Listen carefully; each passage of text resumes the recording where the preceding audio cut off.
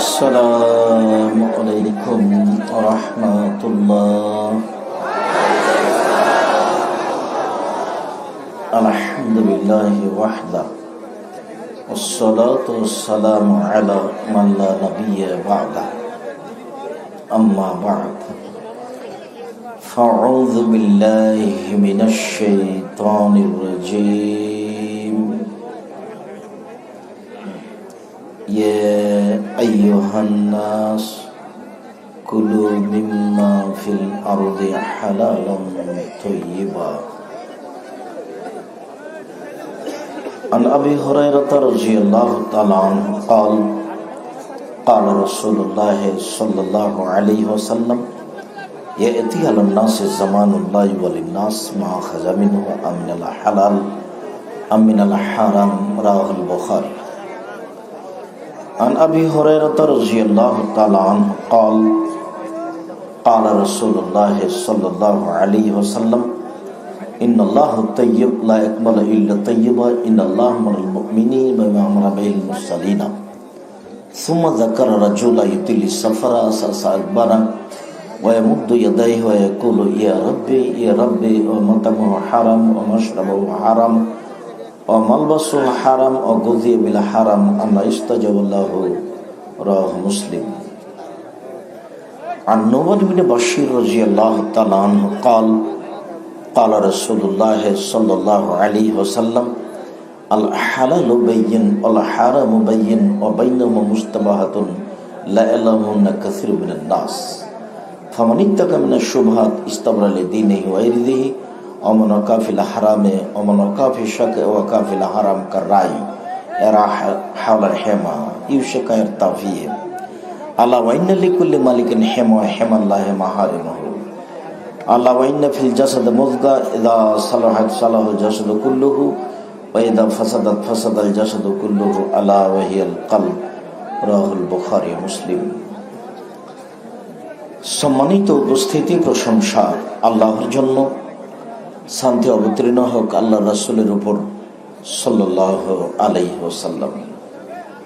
আজকের দিনই বৈঠকের সংক্ষিপ্ত সময়ে বক্তব্যের বিষয় হালাল রুজি।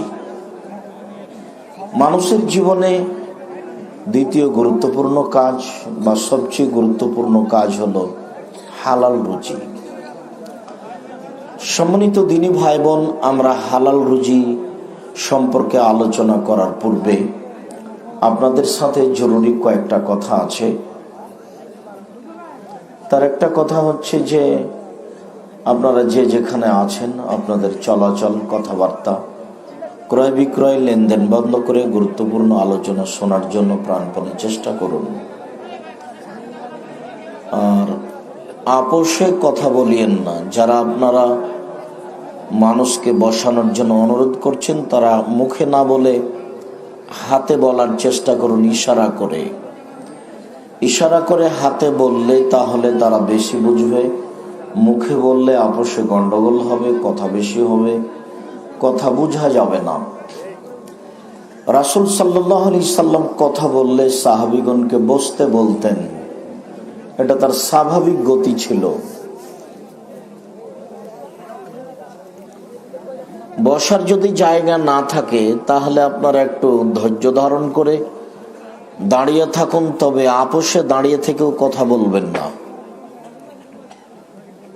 যেহেতু আপনাকে লক্ষ্য করে অনেক দূর থেকে আসা হয়েছে, গত বছর আপনাদের অনেক সাথ ছিল, তারপরে আমরা আসতে পারিনি, আল্লাহর ইচ্ছাই চলে এসেছি। নিজেকে মূল্যায়ন করিয়েন না, কথাকে মূল্যায়ন করেন, ভালো হবে। আর আপনার কথার কারণে আমি কিছু বলবো, তখন আপনি কষ্ট পাবেন, এত দূর পর্যন্ত আপনি যায়েন না। আপনাকে আমি অনেক ভালোবাসি। আপনি ভদ্র হয়ে বসে থেকে আলোচনা শোনার চেষ্টা করুন, সম্ভব না হলে দাঁড়িয়ে থেকে আলোচনা শোনার চেষ্টা করুন। তবে রাসূল সাল্লাল্লাহু আলাইহি সাল্লাম কথা বললে সাহাবীগণকে বসতে বলতেন। ফাতেমা বিনতে কায়েস বলেন, সামিতু মুনাদি ইউনাদি আস-সালাতু জামিয়া, আমি শুনতে পেলাম একজন চিৎকার করে বলছে আস-সালাতু জামিয়া, সালাত শুরু হতে যাচ্ছে। এই ছেলে, মুখে কথা বলছো কেন? তুমি শুনতে পাও না? তোমাকে কতবার বলা হয়?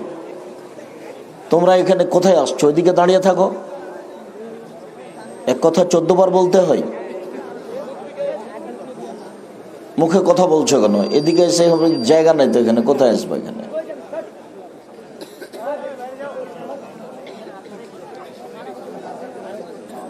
এনাকে একটু বসতে দাও তো, তোমরা পিছু হটো একটু, মুরব্বী একটু বসতে দাও। ঠান্ডার মধ্যে খড় নাই, কোথায় বসবে? সম্মানিত দিনী ভাই বোন, রাসূল সাল্লাল্লাহু আলাইহি সাল্লাম কথা বললে বসতে বলতেন। তার প্রমাণে লম্বা হাদিসের একটা অংশ। ফাতেমা বিনতে কায়েস বলছেন যে আমি শুনলাম আসসালাতু জামিয়া, সালাত শুরু হতে যাচ্ছে। খারাজতু ইলাল মসজিদ, তখন আমি মসজিদে গেলাম। সাল্লাইতু মা'আন নবী সাল্লাল্লাহু আলাইহি সাল্লাম, আমি মসজিদে গিয়ে রাসূলের সাথে সালাত আদায় করলাম। ফালাম্মা কাজা সালাতাহু, যখন আল্লাহ রাসূল তার সালাত শেষ করলেন, জালাসা আলা মিম্বারিহি ওয়া ইয়াদহাক, তখন তিনি তার কাঠের মিম্বারের উপরে উঠে বসলেন হাসি অবস্থায়। তখন তিনি হাসছিলেন। উঠে বসেই তিনি বলছেন যে কুল্লু মুসাল্লি আলজামু মাকানাহু, এই শোনো, তোমরা স্ব স্থানে বসে পড়ো, স্ব স্থান গ্রহণ করো, যারা যেখানে আছো সেখানে বসে থাকো। হাল তাদরুনা লিমা জামাতুকুম, তোমরা বলতে পারো আমি তোমাদের কেন বসতে বললাম? তখন সাহাবীগণ বলছেন আল্লাহ রাসূল আলাম, জি না, তা বলতে পারছি না। কেন যে আপনি বসতে বললেন? আপনি সালাতের পরে আমাদেরকে বসতে বললেন, দেখি আপনার মুখখানা হাসি হাসি, তো কেন যে আপনি বসতে বললেন? তখন রাসূল সাল্লাল্লাহু আলাইহি সাল্লাম বলেন, মা জামাতুকুম লিরাহবাতিন ওয়া লিরাহবাতিন, আমি তোমাদেরকে জাহান্নামের ভয় আর জান্নাতের প্রতি আগ্রহী করার জন্য বসতে বলিনি। তবে বসতে বলেছি এই জন্য, আন্না তামিমা দারি কানা রাজুলান নাসরানিয়া ফাজা ওয়াসলামা ওয়া হাদাসানি হাদিসান কুনতু উহাদ্দিসুকুম আন মাসিহিদ দাজ্জাল। তামিম দারি একজন খ্রিস্টান মানুষ এসেছে, ও ইসলাম গ্রহণ করেছে। ও বর্ণনা দিচ্ছে দাজ্জালের, যে বর্ণনা আমি দিয়ে থাকি। ও বলছে রাকিবতু ফি সাফিনাতিন বাহারিয়াতিন মা সালাসিন রাজুলান মিন রাহমার জুজাম, আমরা 70 জন মানুষ লাখম এবং জোজাং সম্প্রদায়ের একটা স্টিমারে উঠেছিলাম। ফাল্লাইবা বেনাল মাউজু ফিল বাহারে সাহারান, স্টিমারে উঠার সাথে সাথে এমন ঝড় বৃষ্টি উঠল, 1 মাস যাবত স্টিমার আমাদেরকে এই সাগরে নিয়ে খেললো। ঝড় বৃষ্টির কারণে আমরা সাগরের কোনো প্রান্তে কিনারায় যেতে পারলাম না। ফারফাইলা জাজিরাতিন হিনা তাগরিবুস শামস, 1 মাস পরে কোন একদিন সন্ধ্যার সময় স্টিমার এক পাশে গিয়ে লাগলো। ফাজালাসনা ফি আকরাবিস সাফিনা, তো স্টিমারে ছোট ছোট নৌকা থাকে, আমরা ছোট ছোট নৌকাতে উঠে বসলাম। কেন? গভীর পানিতে স্টিমার ঠেকে যায়। ফালাকিয়াতনা দাব্বা আহলাবা কাসিরুস সার লা ইদরা মিন কবলিহি মিন দুবরিহি বিকাসরাতিস সার, হঠাৎ একটা প্রাণীর সাথে দেখা হলো, যে প্রাণীর গায়ে এত লোম, লোমের কারণে বোঝা যায় না কোথায় তার মুখ আর কোথায় তার পিছন। গায়ে এত লোম, লোমের কারণে বোঝা যায় না কোথায় তার মুখ আর কোথায় তার পিছন। আমরা বললাম, মানান্তি তুমি কে? তখন বলছে, আনাল জাসাসা, আমি হচ্ছে সিআইডি, গোয়েন্দা, আমি কথা বহন করি। ফারফাইলা জাজিরিতান ফারফাইলা দায়রিন ফি রাজুল ইয়াস্তাকিলা খাবারিকুম, ওই যে একটা ঘর দেখা যাচ্ছে, সেই ঘরে তোমরা যাও, সেই ঘরে একটা লোক আছে, সেই লোক তোমাদেরকে দেখার জন্য ব্যস্ত হয়ে গেছে। তো আমরা দৌড়িয়ে সেখানে চলে গেলাম। ফাইজা ফিহি ইনসানুন আযীম মা রাআইতু মিসলাহু খালকান কাত্ত, দেখি সেখানে বিশাল মানুষ, এত বড় মানুষ আমাদের জীবনে আমরা কখনো দেখিনি। তার হাতকে গলার সাথে পায়ের নিচ দিয়ে জিজির দিয়ে জড়িয়ে বাঁধানো আছে। লাফ দিয়ে আকাশে উঠে যাচ্ছে, আবার নিচে পড়ে যাচ্ছে, লাফ দিয়ে আকাশে উঠে যাচ্ছে, আবার নিচে পড়ে যাচ্ছে। দৃশ্য দেখে অবাক হয়ে গেল, এ কি কথা, এমন মানুষ তো কোনোদিন দেখিনি। আর এইভাবে লোহার শিকল দিয়ে বাঁধা আছে, হাত পাকে গলার সাথে জড়িয়ে আটকানো আছে। তো এরকম মানুষ তো কোনোদিন দেখিনি। আমরা বললাম, মানান্তা, তুমি কে? তখনও বলছে, ইন্নাকুম কাতাবতুমুনি আকবরিনি মানান্তুম। আরে তোমরা তো আমি কে এটা জেনেই যাওয়া, তোমরা বলো তোমরা কারা? আমরা বললাম, নাহানু ওয়ানাসুল আরব, আমরা হচ্ছে আরবের মানুষ। যেমন আমরা বলেছি আমরা আরবের মানুষ, তখন আমাদেরকে বলছে, আখবেরুনিয়ান নবীল উম্মিন, নিরক্ষর নবী সম্পর্কে আমাকে বলো তো, নিরক্ষর নবীর ঘটনা কি? তা আমরা বললাম, এখন তিনি মক্কা থেকে মদিনায় পালিয়ে গেছে। তার অবস্থা কি? তা আমরা বললাম যে তার অবস্থা হলো বালতি। বালতি মানে আগে ইদারার পাশে বালতি থাকতো, তো যার পানি পান করার প্রয়োজন সে বালতি ইদারায় নামাতো, পানি পান করার পরে আবার পানির পাশে ইদারার পাশে বালতিটা রেখে চলে যেত। আর একজন আসতো, তখন আবার ও বালতিটা নিয়ে ইদারায় নামিয়ে পানি উঠিয়ে পানি পান করে চলে যেত। তো বালতিটা একবার এই মানুষের হাতে, বালতিটা একবার ওই মানুষের হাতে। চাঁপাই নবগঞ্জের ভাষাতে ডোল, ডোল বালতি। তো তার অবস্থা হলো বালতি। তার মানে একবার তিনি জয়ী হয়েছেন বদরের যুদ্ধে, একবার আমরা জয়ী হয়েছি ওহুদের যুদ্ধে। তারপরে আমাদেরকে বললেন, আর নাখলে বাইশান, বাইশান গ্রামের খেজুর গাছের কথা। সেই খেজুর গাছে কি খেজুর ধরে? আমরা বললাম, হ্যাঁ, সেই খেজুর গাছে খেজুর ধরে। তখন বলল যে এমন একদিন আসবে এই খেজুর গাছ থাকবে না, খেজুর গাছে খেজুর ধরবে না। তখন আমাদেরকে জিজ্ঞাসা করলাম, বহেরাতি তাবারিয়া, ইরাকে একটা বিল আছে, জলা বিল তাবারিয়া, হালফিয়া মাউন, সেই বিলে কি পানি আছে? হাল এজরা হালমিন মায়া, সেই বিলের আশেপাশের লোকেরা কি সেখান থেকে পানি উঠিয়ে জমি চাষ করে? আমরা বললাম, হ্যাঁ, সেখানে পানি আছে, এলাকার লোক সেখান থেকে পানি নিয়ে জমি চাষ করে। তারপর আমাদেরকে একটা আইনের জোগাড়ের কথা বললেন, অনেক লম্বা কথা। তারপরে শেষ পর্যন্ত বলল যে আমি হচ্ছি দাজ্জাল, আমাকে একদিন এখান থেকে বের হতে বলা হবে, আমি সারা পৃথিবীতে 40 দিন চলবো, সারা পৃথিবীতে 40 দিন চলে একেবারে সারা পৃথিবী ঘুরে নিব, ইল্লা মক্কা ওয়াল মদিনা, তবে আমি মক্কা মদিনায় প্রবেশ করতে পারবো না। মক্কা মদিনায় 12টা গেট আছে, দরজা, যেটা মানুষ দেখতে পায় না। প্রত্যেকটা দরজায় ফেরেশতা আছে খোলা তরবারি নিয়ে। আমি যদি ঢুকতে যাই তাহলে আমাকে তরবারি দিয়ে হত্যা করা হবে। তবে ফেরেশতা তাকে হত্যা করতে পারবেন না, এই জন্য যে তাকে হত্যা করার জিম্মেদারি দেওয়া আছে ঈসা আলাইহিস সালামকে। দাজ্জালকে কে হত্যা করবে? ঈসা আলাইহিস সালাম। আসলে ঈসা আলাইহিস সালামকে দেখেও গলে যাবে, লবণ যেমন পানিতে গলে যায়, এটাই হলো হত্যা করা। তারপরে বললেন যে আল্লাহ রাসূল বললেন যে এই দুইটা জায়গাতে ঢুকতে পারবে না দাজ্জাল, একটা হলো মক্কার, একটা হলো মদিনা। তারপর একটা হাতে লাঠি ছিল, লাঠি দিয়ে ওই মদিনার ওই মিম্বারের উপরে মারতে লাগলেন আর বললেন, হাজিহি তাইবা, হাজিহি তাইবা, হাজিহি তাইবা, এটাই মদিনা, এটাই মদিনা, এটাই মদিনা। এইখানে দাজ্জাল প্রবেশ করতে পারবে না। ইয়াখরুজু মিনাল মাশরিক, ইয়াখরুজু মিন ইরাক, সে দাজ্জাল বের হবে পূর্ব দিক থেকে, দাজ্জাল বের হবে ইরাক থেকে, দাজ্জাল বের হবে পূর্ব দিক থেকে, দাজ্জাল বের হবে ইরাক থেকে। কোথা থেকে বের হবে তা নিশ্চিত তিনি বললেন না, তবে দাজ্জাল এক পর্যায়ে বের হবে কথা তিনি বললেন।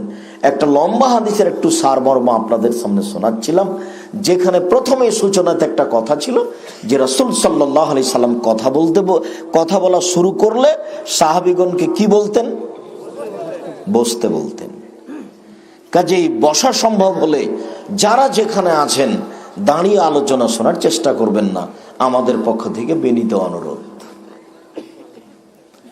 কিছুক্ষণ কষ্ট হলেও বসে থেকে আলোচনা শোনার চেষ্টা করবেন। আপনাদের আমরা কিছু না কিছু উপকার করব ইনশাল্লাহ।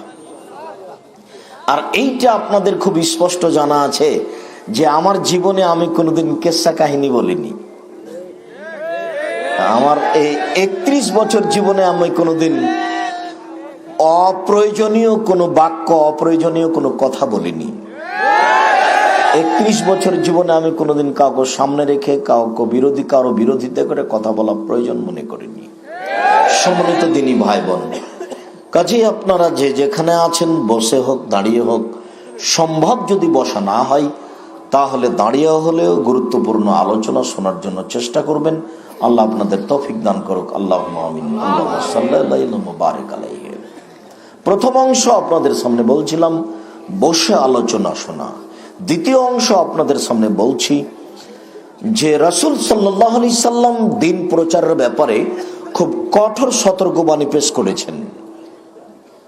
তাতে তিনি বলেছেন, একটা হাদিস, আবু হুরায়রা রাদিয়াল্লাহু তাআলা আনহু বলেন, রাসূল সাল্লাল্লাহু আলাইহি ওয়াসাল্লাম বলেছেন, কাফা বিল মারই কাযিবান ইউহাদ্দিসু বিকুল্লি মা সামিয়া।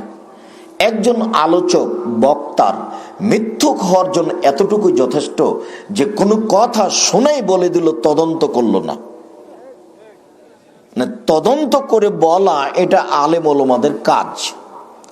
রাসূল সাল্লাল্লাহু আলাইহি সাল্লাম খুব ভালোই বুঝেছিলেন যে জনগণ ধর্মের নামে মিথ্যা ধর্ম চালু করবে, আর ধর্মের নামে মিথ্যা ধর্ম চালু করা খুব সহজ। একাধিক দিন বলেছি, যেমন কোরআন শরীফ, এদেশে যত কোরআন মাজিদ ছাপছে তাতে সবটাতে লেখা আছে কোরআন শরীফ, অথচ আপনারা অনেক দিন থেকে জানছেন এর নাম হবে কোরআন মাজিদ। আর তো শেষের তো দোয়ার কথা আপনাদের জানাই আছে, শুধু দোয়াও খাতমে কোরআন, কোরআন খতমের দোয়া। আল্লাহে আল্লাহর কসম, আল্লাহে আল্লাহর কসম, আল্লাহে আল্লাহর কসম, যিনি লিখেছেন তিনিও জানেন না ঘটনা কি, যারা ছাপাচ্ছে তারাও জানে না ঘটনা কি, যারা কোরআন মাজিদ পড়া শেষ করে তারাও জানে না ঘটনা কি। ঠিক আপনাদের ঠাকুরগাঁ জেলের মতো, যে 20 বছর থেকে জেলে একটা মানুষ আছে, ও নিজেও বুঝে না আমি কেন জেলে, তার জানা নাই। কেননা সেই দিন তো জাদুরানিতে ছিল না, ওই 1 নম্বর আসামি।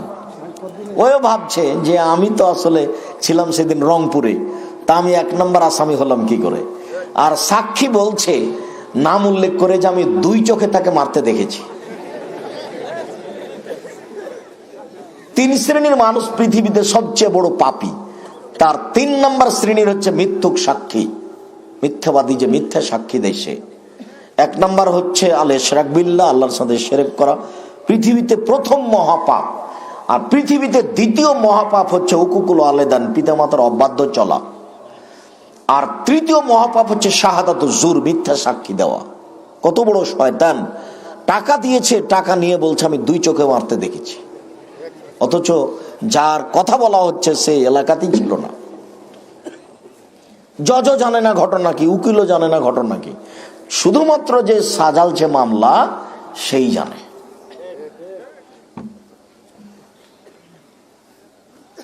তো ঠিক এইরকমই কোরআন মাজিদের গায়ে শেষে দোয়া লিখে দিল।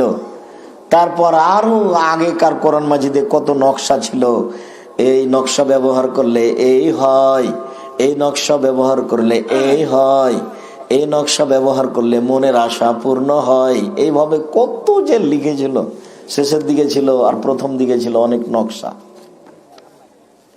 কোরআন মাজিদের গায়ে। শয়তানি করতে করতে করতে এসে কোরআনে ঢুকেছে, তাবিজেও আছে। তো রাসূল সাল্লাল্লাহু আলাইহি সাল্লাম বললেন, একজন মানুষের মিথ্যুক হওয়ার জন্য এতটুকুই যথেষ্ট যে শরীয়তের কোনো কথা বলে দিল তদন্ত না করে। ফাজাইলে আমলে মুকসিদুল মুমিনিন বইয়ে প্রথমেই লেখা আছে যে 1 ওয়াক্ত নামাজ কাজা করলে 80 হোক বা জাহান্নামে থাকতে হবে। যে লিখেছে সেও জানে না হাদিসে কোথায় আছে, আর যারা পড়ছে কেউ জানে না হাদিসে কোথায় আছে। কোথায় সেই হাদিস?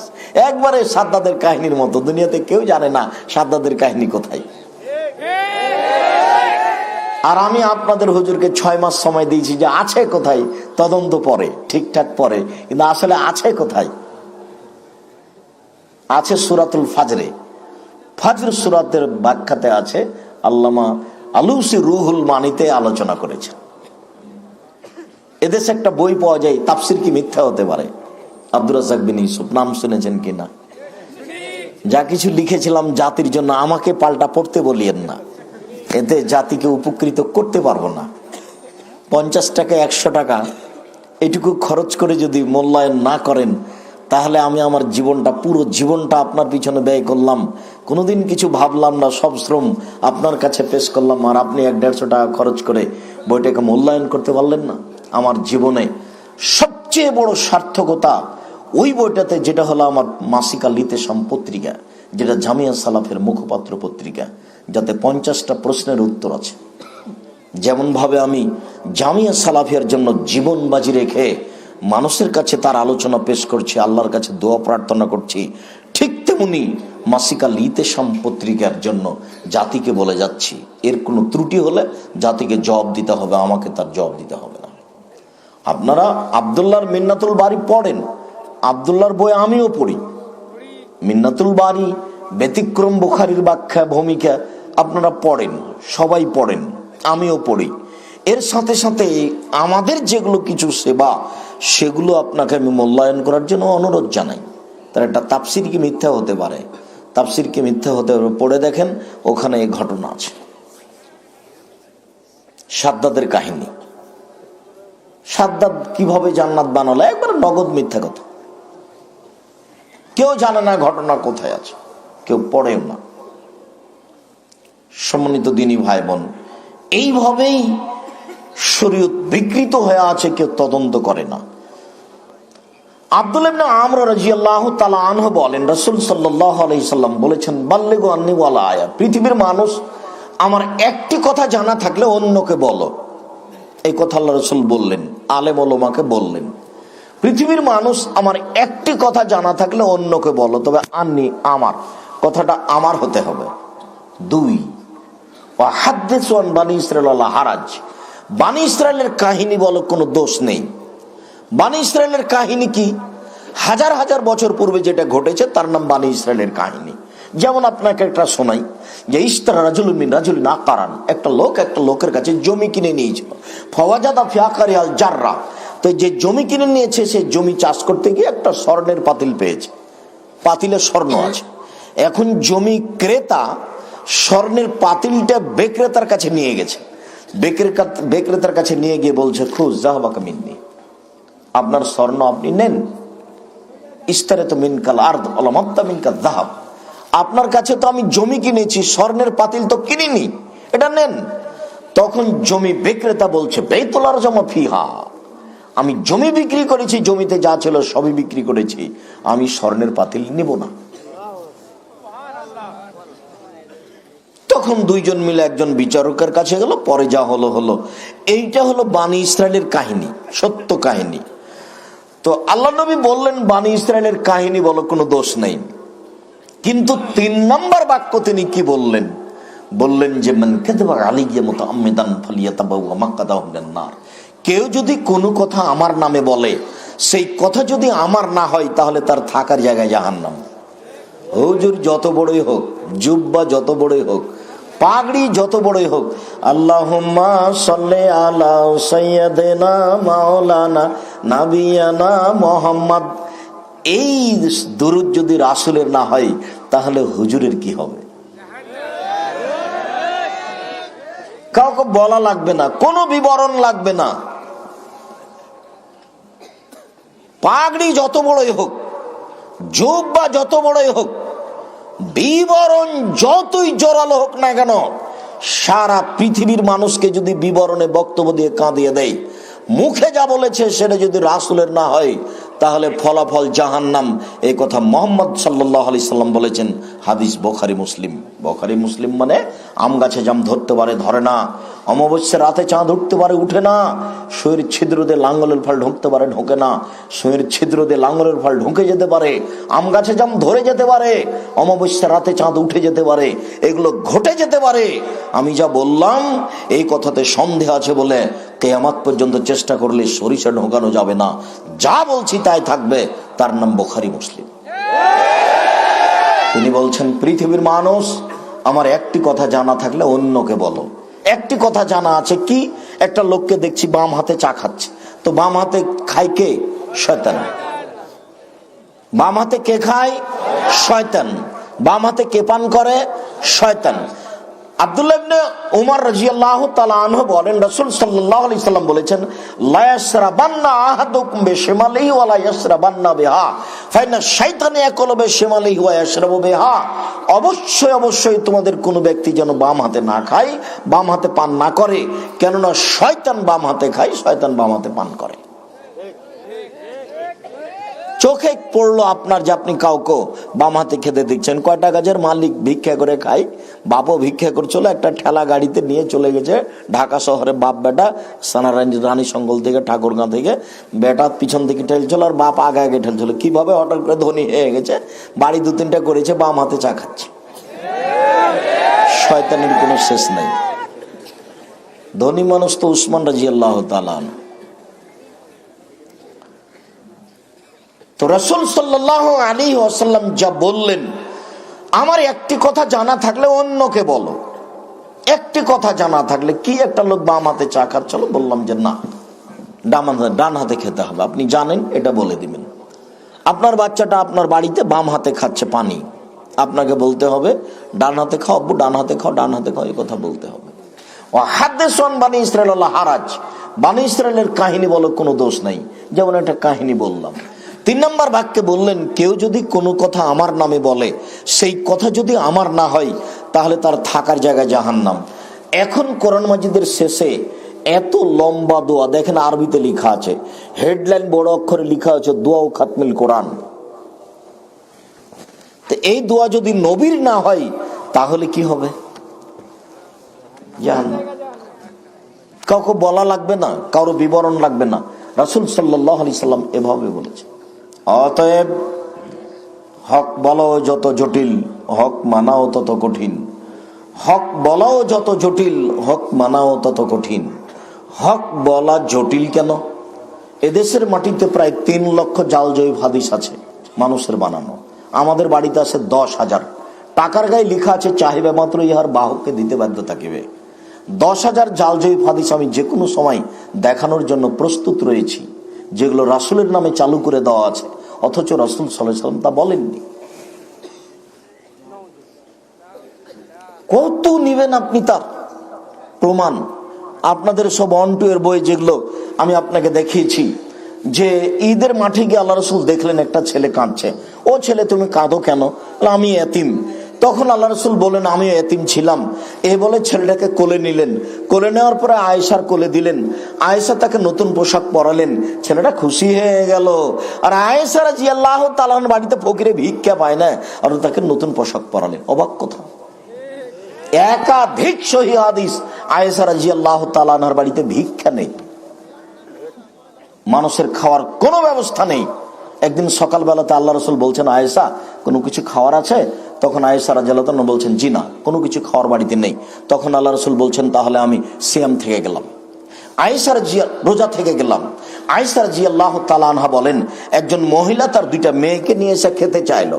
আমি বাড়ি একবারে তন্ন তন্ন করে তল্লাশি করলাম, একটা খেজুর ছাড়া বাড়িতে কিছুই ছিল না। আমি খেজুরটা মহিলার হাতে দিলাম। মহিলা খেজুরটাকে 2 টুকরা করে, এক মেয়েকে 1 টুকরা দিল, আর এক মেয়েকে 1 টুকরা দিল। মেয়েটা কিছুই খেলো, মহিলাটা কিছুই খেলো না, বাচ্চা 2টো নিয়ে চলে গেল। আল্লাহ নবী আসলেন। তখন আমি আল্লাহ রাসূলকে বললাম, আল্লাহর নবী, একজন মহিলা এসেছিল 2টা মেয়ে বাচ্চা নিয়ে। তো মেয়ে বাচ্চাটার জন্য ওরা খেতে চাইলো সে, কিন্তু আমি বাড়ি তল্লাশি চালিয়ে দেখলাম একটা খেজুর ছাড়া বাড়িতে আর কিছুই নেই। একটাই খেজুর মহিলার হাতে দিয়ে দিলাম। মহিলা খেজুরটা 2 টুকরা করে 2 বাচ্চাকে দিল, নিজে কিছু খেলো না। তখন আল্লাহ রাসূল বলছেন, আয়েশা শোনো, কেউ যদি 2টা মেয়ে লালন পালন করে, 2টে, তাহলে সে আর আমি জান্নাতে এভাবে থাকবো। তখন আঙ্গুল 2টি জমা করে দিলেন। আয়েশা শোনো, কেউ যদি এতিম লালন পালন করে, তাহলে সে আর আমি জান্নাতে এইভাবে থাকবো। তখন আঙ্গুল 2টি পাশাপাশি করলেন, তবে একটু ফাঁকা রাখলেন। বুঝাতে পারিনি কথা? কেউ যদি এতিম লালন পালন করে, সেই লোকটা আর আমি মুহাম্মদ সাল্লাল্লাহু আলাইহি সাল্লাম জান্নাতে একসাথে থাকবো। একসাথে দেখা দিকে ওই আঙ্গুল 2টাই দেখালেন। তখন কেমন করে দেখালেন? একটু ফাঁকা। কথা মনে থাকবে না মনে হয়? আর কেউ যদি দুইটা মেয়ের লালন পালন করে, বিবাহ শাদী দিয়ে দেয়, বাপের জিম্মেদারি হিসাবে লালন পালন করে, তাহলে সেই বাপ আর মোহাম্মদ সাল্লাল্লাহু আলাইহি সাল্লাম জান্নাতে একসাথে থাকবেন। তখন আঙ্গুল দুটি কেমন করে দেখালেন? 10টা ছেলে লালন পালন করলে এই সুযোগ নেই। 10টা ছেলে যদি লন্ডন থেকে পড়িয়ে নিয়ে আসে তো এই সুযোগ নেই। কোনো মানুষ ছেলে দিয়ে এই সুযোগ লাভ করতে পারবে না যেটা মেয়ে দিয়ে পারবে। আর মেয়েদের মান সম্মান ভিন্ন চিরদিনই। 4টা কাজ করলে মহিলা জান্নাতে চলে যাবে, এরকম সুযোগ পুরুষের জন্য আল্লাহ নবী দেননি। 4টা কাজ করলে মহিলাদের জন্য জান্নাত, এরকম সুযোগ আল্লাহ রাসূল পুরুষের জন্য দেননি। আপনাকে দেখাই, আল্লাহ রাসূল বলছেন, শোনো, মহিলারা যদি 4টা কাজ করে তাহলে জান্নাতের সব দরজা খোলা। 8টা সবটাই খোলা, যেটা দিয়ে ইচ্ছে ঢুকতে পারে। 1, সালাত খামসাহা, 5 ওয়াক্ত সালাত আদায় করলো। 2, সমাত সাহারাহা, রমজান মাসের সিয়াম পালন করলো। 3, আতাদ বালাহা, স্বামীকে মেনে চললো, তিতা লাগলেও মিঠা লাগলেও। স্বামীর সাথে কথা বলতে হবে। কোন একদিন ঝগড়া হয়েছে তাই 15 দিন, 1 মাস, 6 মাস কথা বলে না, রান্না বান্না করে আর বেটিকে দিয়ে পাঠায় যে তোর বাপকে দিয়ে, কথা বলে না। আর যদি বলেও তো 1 গ্লাস পানি নিয়ে এসে ঠ্যাকস করে সামনে রেখে তো দিকে হেঁটে চলে যায়। এই বোকামি দিয়ে সংসার চলবে না। হয় তিতা লাগলেও মিঠা লাগলেও তার সাথেই চলতে হবে, আর যদি বোঝা যায় যে চলা যাবে না তাহলে সংসার ছিন্ন করতে হবে। ঝুলন্ত অবস্থায় থাকার কোনো সুযোগ নেই। স্বামীকে মেনেই চলতে হবে যে কোনো মূল্যে, তিতা লাগলেও মিঠা লাগলেও। 4, আহসানাত ফারজাহা, জেনায় লিপ্ত হলো না। জেনায় লিপ্ত হলো না, এরকম 4টা কাজ যদি কেউ করে তাহলে তার জন্য জান্নাতের সব দরজা খোলা। এই বৈঠকে উপস্থিত দিনী বোনদেরকে আমি বলছি একটা কথা, এখানে এই মেয়ে কথা বলছো কেন? চুপ থাকো। আমরা এখানে কথা বলছি, এখনো তো ঢং ঢং করে এসেছো, ঢং ঢং করে চলে যাওয়া, এত গল্প কেন?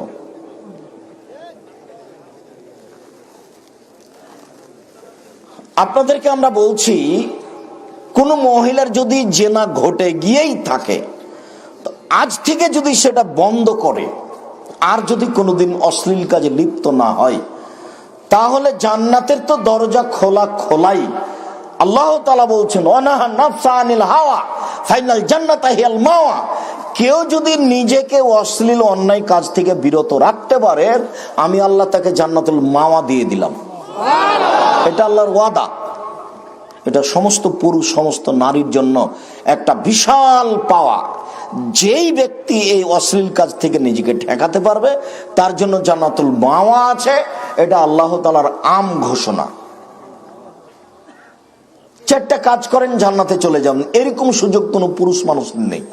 কোন পুরুষ মানুষ 4টা কাজ করে জান্নাতে চলে যাবে এরকম কোন হাদিস পৃথিবীতে নেই। হ্যাঁ, আব্দুর রাজ্জাক সাহেব, একটা কথা আছে যে আল্লাহ রাসূল বলেছেন, ওযু করার পরে কেউ যদি বলে আশহাদু আল্লা ইলাহা ইল্লাল্লাহু ওয়াহদাহু লা শারীকা লাহু ওয়া আশহাদু আন্না মুহাম্মাদান আবদুহু ওয়া রাসূলুহু, তাহলে তার জন্য জান্নাতের সব দরজা খোলা। তো এটা আপনার জন্য যা মহিলার জন্য তাই, এটা তো আর কারো জন্য খাস হলো না, আর ওইটা হলো মহিলাদের জন্য খাস। এরকম সুযোগ পুরুষের জন্য হবে না। আপনি ভালো করে মনে রাখেন, 1, 5 ওয়াক্ত সালাত, 2, রমজান মাসের সিয়াম, 3, স্বামীকে মেনে চলা, 4, জেনায় লিপ্ত না হওয়া, জান্নাতের সব দরজা খোলা। আর ওযু করার পরে কে যদি বলে আশহাদু আল্লা ইলাহা ইল্লাল্লাহু ওয়াহদাহু লা শারীকা লাহু ওয়া আশহাদু আন্না মুহাম্মাদান আবদুহু ওয়া রাসূলুহু, তাহলে তার জন্য জান্নাতের সব দরজা খোলা। তবে পুরুষ নারী সব সমান। আল্লাহুম্মা জাল্নি মিনাত তাওয়াবিন ওয়া জাল্নি মিনাল মুতাতাহিরিন, এই দোয়া পড়লে নেকি হবে। তবে কি নেকি হবে এই কথা মুহাম্মদ সাল্লাল্লাহু আলাইহি সাল্লাম বলেননি। নেকি হবে, কি নেকি হবে এই কথা তিনি বলেননি।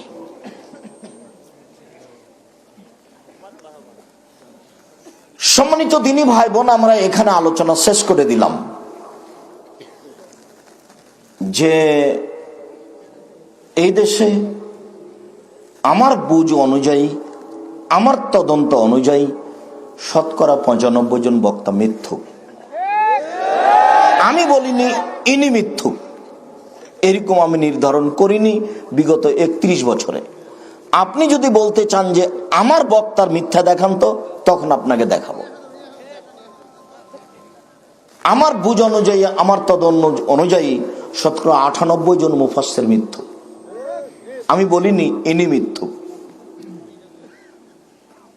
তবে কোরআন তার প্রমাণ। কিভাবে মানুষ এভাবে মিথ্যা দোয়া কোরআনের গায়ে লিখে দিতে পারে, আরো কত কথা। প্রথমে বা শেষের দিকে বাংলাতে লেখা আছে এই সূরা পড়লে এই হয়, এই সূরা পড়লে এই হয়, এগুলো না। এদেশে একটা বই পাওয়া যায় কে বড় লাভবান, তাতে একটা আলোচনা আছে কোরআন তেলাওয়াতকারী। কোরআন তেলাওয়াতকারী কি কি করলে নেকি পাবে, কোন কোন আয়াতে তা স্পষ্ট করা আছে। এদেশে একটা বই আছে উপদেশ, উপদেশ বই একটা আলোচনা আছে কোরআন তেলাওয়াতকারী কে কোন সূরা পড়লে কি হবে। তার একটা বলা আছে কে যদি রাতে সূরা মুলক পড়ে তাহলে কবরের শাস্তি হবে না। 4টে কাজে কবরের শাস্তি হবে না। এক, কে যদি জুমার দিন মারা যায়, বৃহস্পতিবারের দিন শেষ হয়েছে, সূর্য ডুবে গেছে, এখন জুমা শুরু হয়ে গেছে। শুক্রবারের দিন সারাদিন পার হয়ে গেল, যেমন সূর্য ডুবলো এখন শনিবার শুরু হয়ে গেছে। তাহলে কি বুঝলেন? বৃহস্পতিবারের দিন যাওয়ার পরে সূর্য ডোবার পর থেকে নিয়ে শুক্রবার সূর্য ডোবা পর্যন্ত এই পুরাটা সময় হলো কি জুমার দিন, শুক্রবার। এই সময়ের মধ্যে কেউ যদি মারা যায় তাহলে তার কবরের শাস্তি হবে না বলে রাসূল সাল্লাল্লাহু আলাইহি সাল্লাম উল্লেখ করেছেন। কোরআন তেলাওয়াতকারীর আলোচনাতে এখানে পাওয়া যাবে। 2, কেউ যদি পেটের ব্যথায় মারা যায়, পেট ব্যথায়, তাহলে তার কবরের শাস্তি হবে না। মান কাতালাহু বাতনুহু। 3, কেউ যদি সূরা মুলক পড়ে রাতে তাহলে তার কবরের শাস্তি হবে না। 4, কেউ যদি শহীদ হয়ে যায় তাহলে তার কবরের শাস্তি হবে না। এই 4টে আলোচনা উপদেশ বইয়ে দেওয়া আছে। মনে থাকবে না মনে হয়? সিরিয়াল তো মনে থাকবে না, 2-1টা হয়তো আগে থেকে মনে থাকলে, মোবাইলে শুনে থাকলে। 1, জুমার দিন মারা গেলে, শুক্রবারে মারা গেলে। 2, পেট ব্যথায় মারা গেলে। 3, সূরা মুলক রাতে পড়লে শোয়ার আগে। 4, শহীদ হয়ে মারা গেলে। যদি হিন্দু মারা যায় তাহলে কি? এইসব কথা হলো অযৌক্তিক কথা, এসব কথা বলতে হবে না। রাসূল সাল্লাল্লাহু আলাইহি সাল্লাম যেভাবে বলেছেন কথা সেভাবে রেখে দিতে হবে। মানুষ কোন মুসলিম এদিনে মারা গেলে তার উপরে ভালো ধারণাটা রাখতে হবে। পাল্টিয়ে এই খারাপ ছিল, সেই খারাপ ছিল, কত কি ছিল, তাহলেও জুমার দিন মারা গেল, তাহলে তার কবরের শাস্তি মাফ হবে নাকি, এত জিজ্ঞাসার প্রয়োজন নেই। আল্লাহ যদি ফেরাউনকে ক্ষমা করে দেন, কারো কিছু করার আছে? ঈসা আলাইহিস সালাম বলছেন ইনতুয়াজ্জিবহুম ফাইন্নাহুম ইবাদুকা, আল্লাহ তুমি যদি তোমার বান্দাকে শাস্তি দাও, তোমার বান্দা আমার কি করার আছে? ওয়াইন তাগফির লাহুম, আর তুমি যদি তোমার বান্দাকে ক্ষমা করে দাও, ফান্নাকা আনতাল আজিজুল হাকিম, তুমি পরাক্রমশালী প্রজ্ঞাময়, তোমার কেউ বিচার করতে পারে না। সারা পৃথিবীর মানুষকে যদি ক্ষমা করে জান্নাতে দিয়ে দাও, তোমার পাল্টা কেউ বিচার করতে পারবে না, মিছিল করতে পারবে না। অমুক ক্ষমা পেল কি করে? এইরকম কিছু করার কোনো ক্ষমতা কারো নেই। বাস জুমার দিনে রাসূল সাল্লাল্লাহু আলাইহি ওয়াসাল্লাম এই মর্যাদা উল্লেখ করেছে, আপনি মূল্যায়ন করবেন। মহান আল্লাহ বলেন ইয়া আইয়ুহান নাস কুলু মিম্মা ফিল আরদি হালালান তাইয়্যিবা, পৃথিবীর মানুষ,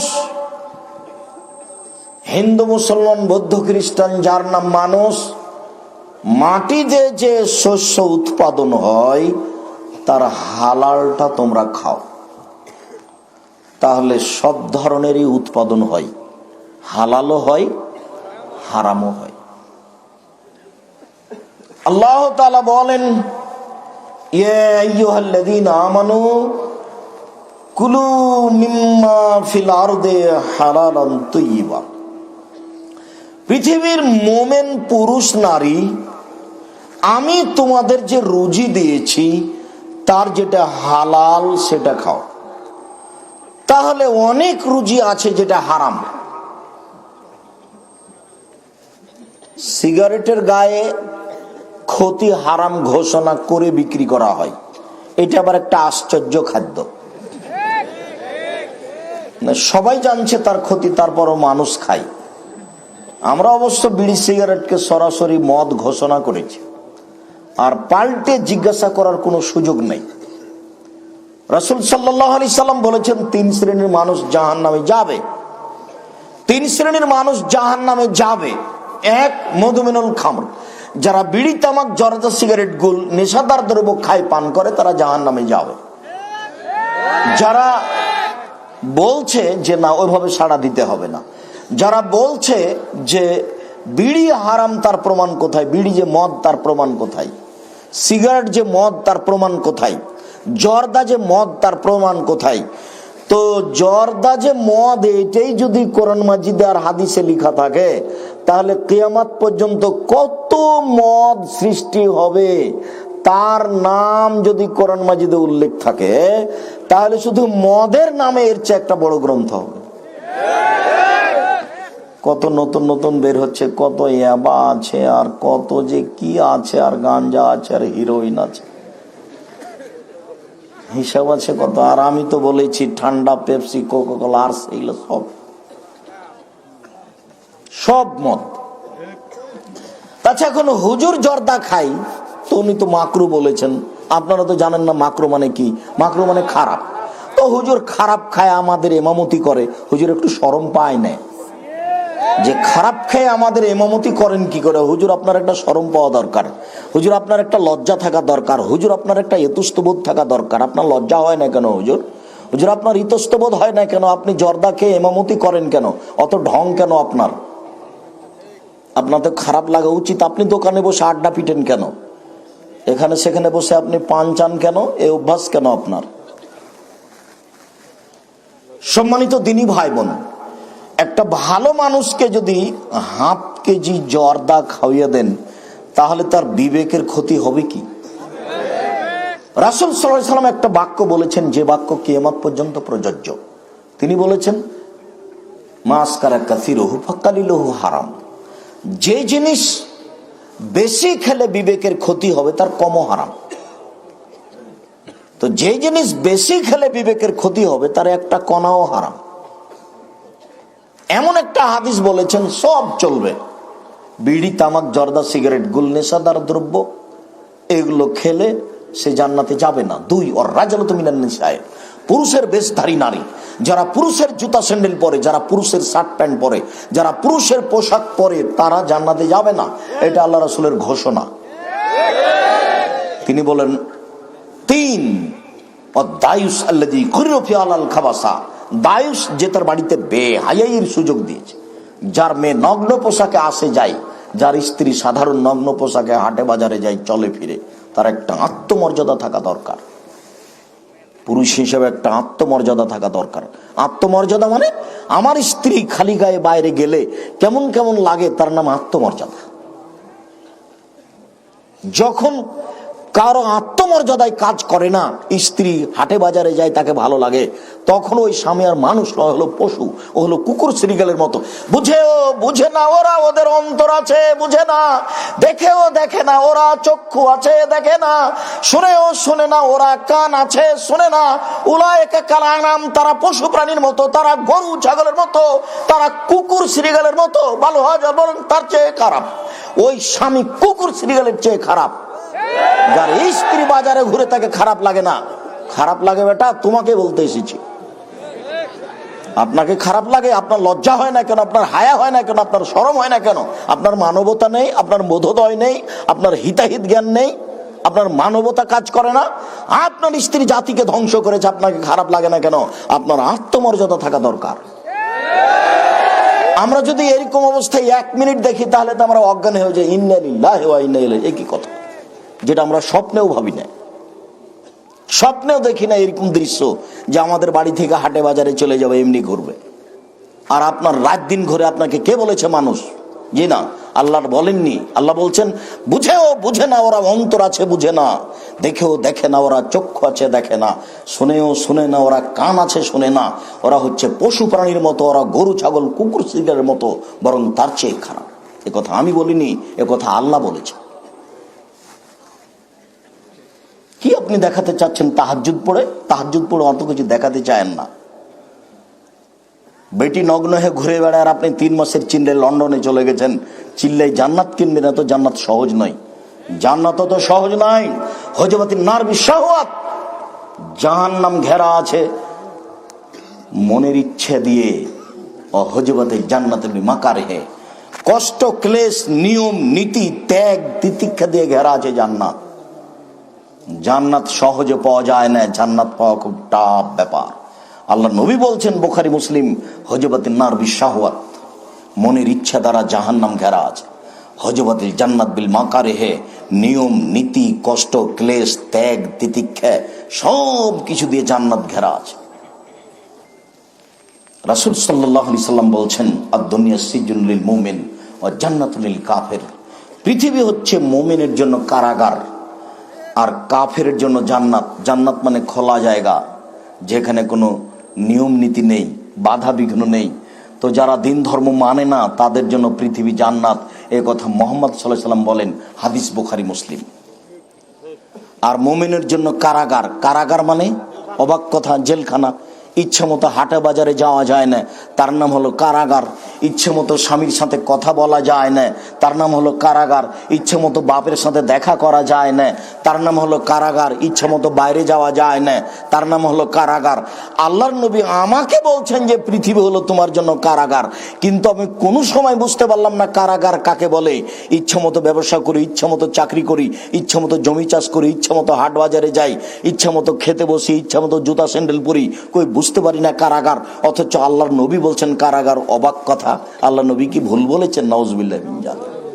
আল্লাহ নবী তো ভুল বলেননি, অবশ্যই কারাগার। কিভাবে আব্দুর রাজ্জাক সাহেব বলেন তো কারাগার মানে?